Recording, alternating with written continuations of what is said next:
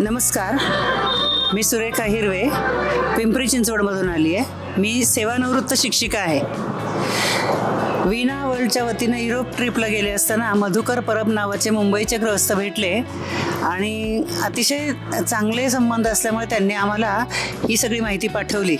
त्यानंतर आम्ही इंस्टाग्रामवर किंवा नेटवर रिसर्च केल्यानंतर हे काहीतरी वेगळं आहे आणि याचा अनुभव घेतलाच पाहिजे याची जाणीव झाली आणि मग आपोआप आम्ही इतर मित्रमैत्रिणींना पाठवायला सुरुवात केली. त्याच्यातूनच आमच्या प्रयत्नातून तुमचा सोलापूरचा जो ग्रुप आहे तो या ठिकाणी आलेला आहे. त्यांना ज्योती देशमुख यांनी ती माहिती पाठवली, ती ज्या माझ्या सहकारी शिक्षिका आहेत.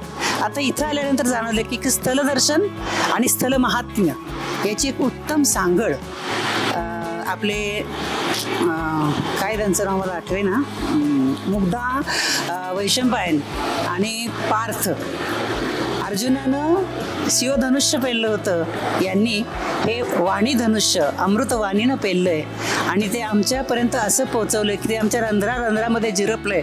आणि नक्कीच आम्ही शिक्षिका म्हणून काम केलं आहे, अजूनही शिक्षक आहोत, त्यामुळे पुढच्या पिढीला संधी मिळेल तेव्हा ते पोचवून त्यांनी आमच्यासाठी केलेला हा जो प्रयत्न आहे तो सार्थ करण्याचा आम्ही प्रयत्न करू.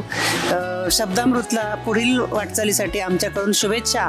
अंदमान माझं झाले, पण माझ्या जे कोणी सहकारी जाणार असतील त्यांना मी इथूनच जाण्याचा नक्की आग्रह धरेल.